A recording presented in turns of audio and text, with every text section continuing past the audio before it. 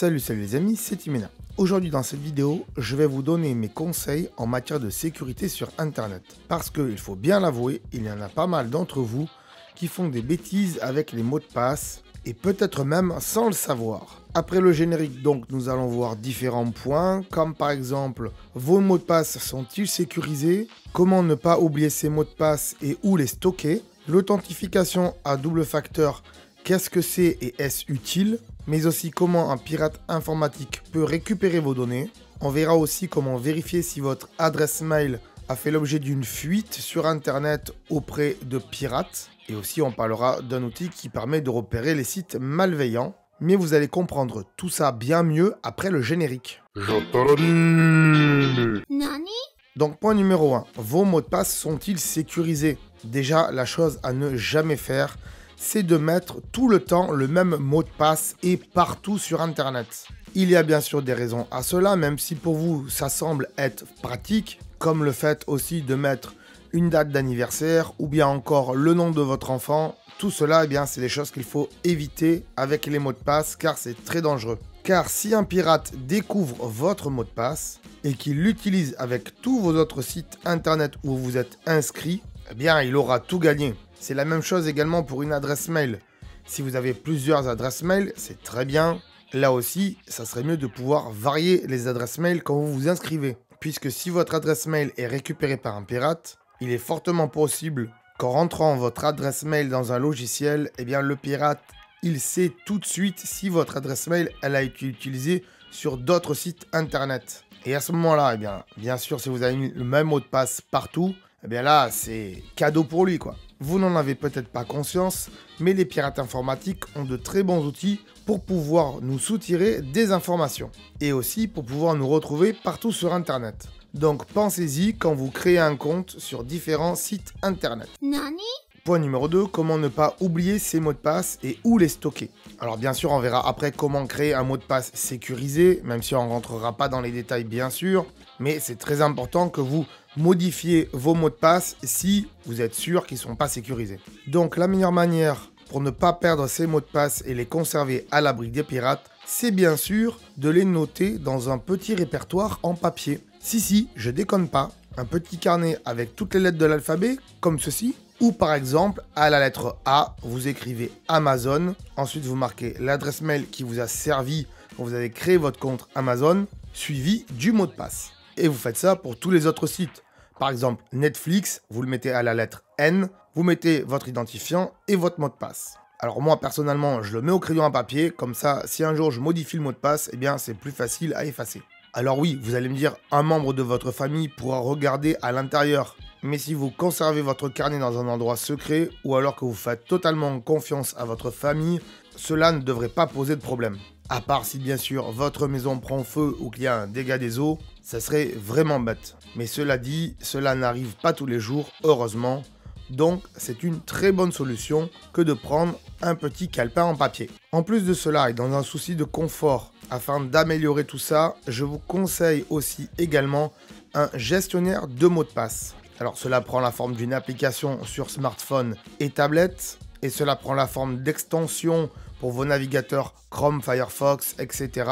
sur votre ordinateur, que ce soit PC ou Mac. Des gestionnaires de mots de passe, il en existe plusieurs, comme par exemple LastPass, que moi j'utilise et qui est gratuit, ou encore Dashlane et bien d'autres. Ces gestionnaires de mots de passe vous permettent de créer des mots de passe sécurisés et de les conserver à l'intérieur d'un coffre-fort virtuel de mots de passe. Ce qui veut dire que vous n'aurez plus qu'un seul mot de passe à retenir pour pouvoir accéder à l'entièreté de vos autres mots de passe. Et en plus, quand vous voulez vous connecter sur un site internet, le gestionnaire de mots de passe va pré-remplir automatiquement votre identifiant et votre mot de passe et vous n'avez plus qu'à cliquer sur accéder. Alors, je vous entends déjà dire dans les commentaires, ouais, mais les personnes qui fabriquent ces gestionnaires de mots de passe, on les connaît pas vraiment, ils pourraient très bien nous voler nos mots de passe. Eh bien, je vais vous répondre la chose suivante. Dans ce cas-là, pourquoi donnez-vous votre argent à une banque? Vous le savez très bien, une banque ne vous volera pas votre argent, puisque sinon, elle n'aurait plus de clients. Et donc, c'est le même principe pour les gestionnaires de mots de passe. S'ils vous volent vos mots de passe, ils n'auront plus de clients.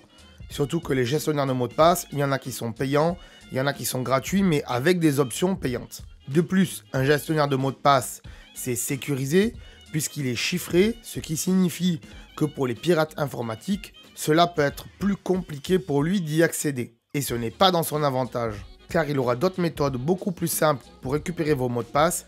C'est ce qu'on va voir plus tard dans la vidéo. Si vous voulez savoir comment créer un mot de passe sécurisé, je ne vais pas vous le montrer dans cette vidéo, puisqu'il y a plein de vidéos sur YouTube qui vous l'expliquent, et surtout ça prendrait beaucoup trop de temps dans cette vidéo, et on va faire un truc assez court quand même aujourd'hui. Donc je vous ai fait une playlist, dont je vous mets le lien dans la description, où je vous ai mis quelques vidéos intéressantes, et dont une qui parle de comment créer des mots de passe sécurisés. Nani?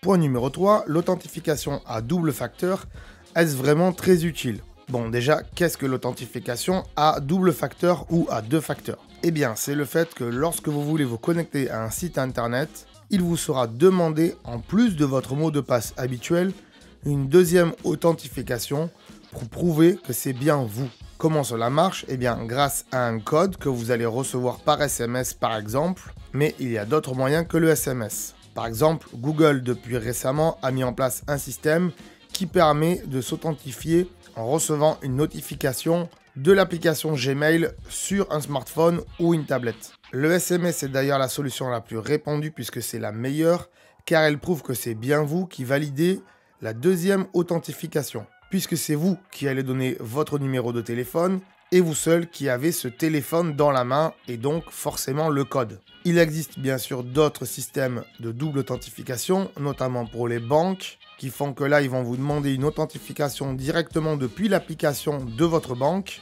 Mais on ne va pas rentrer dans les détails, on n'est pas là pour ça aujourd'hui. Donc, la double authentification, c'est une très bonne chose, même si elle peut être désagréable, puisque en effet, il y a un geste en plus, celui de s'authentifier une deuxième fois. Je me répète encore, mais Google a mis en place ce système depuis très récemment, suite au fait qu'il y a beaucoup de comptes YouTube qui se sont fait pirater, beaucoup de chaînes YouTube qui se sont fait pirater, et le fait qu'il y ait une double authentification prouve bien que c'est la personne qui est titulaire de la chaîne YouTube qui puisse s'authentifier et personne d'autre. Nani? Point numéro 4, comment les pirates informatiques peuvent récupérer vos données? Eh bien, ils peuvent le faire par différents moyens, mais les deux principaux, c'est déjà les faux mails. J'en ai d'ailleurs fait une vidéo qui parlait des faux mails spécifiquement Apple. Si cela vous intéresse, je vous mets bien sûr tous les liens dans la description. Vous l'aurez compris, ces faux mails vous font croire qu'ils sont des sites bancaires ou autres sites Netflix ou Spotify, bref, des sites auxquels vous êtes déjà abonné. Ils vous disent qu'il y a un problème avec votre paiement ou avec votre compte et qu'il faut vous reconnecter. Et si vous n'êtes pas vigilant, vous allez cliquer sur une adresse internet qui n'est pas un vrai site Netflix, bancaire, etc.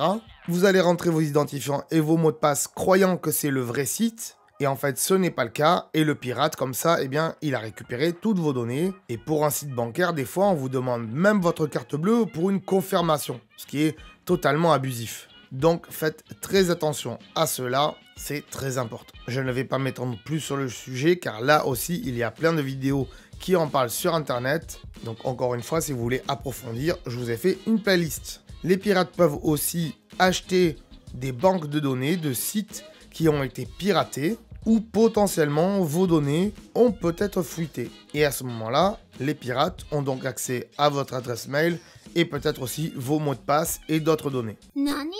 Point numéro 5, donc comment savoir si votre adresse mail a déjà fuité sur des réseaux pirates par exemple? Eh bien, il y a un site internet qui répertorie comme ça tous les sites qui se sont fait pirater et où les bases de données ont fuité. Il vous suffit d'aller sur ce site, de rentrer votre adresse mail et ensuite il vous dira sur quel site elle aura été dérobée.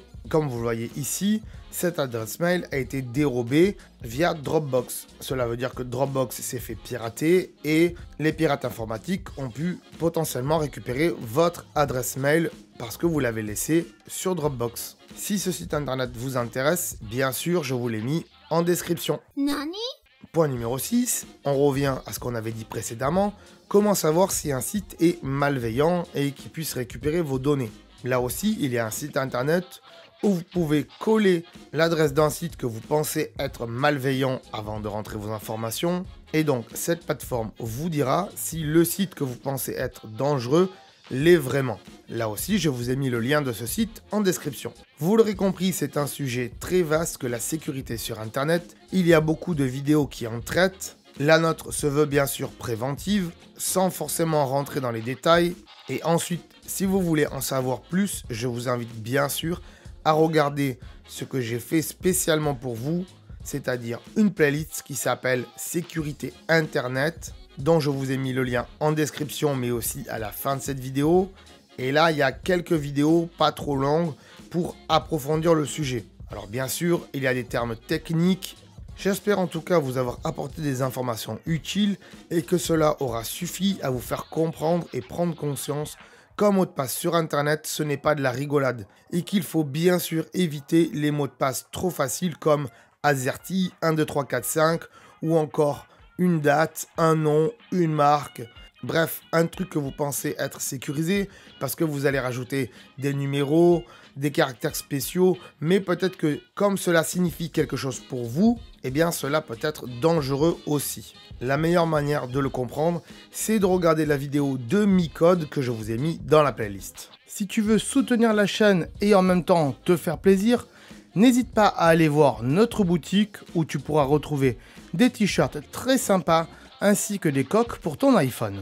Si tu veux en savoir plus sur notre boutique, je t'ai mis en description le lien d'une vidéo où j'en parle plus en détail.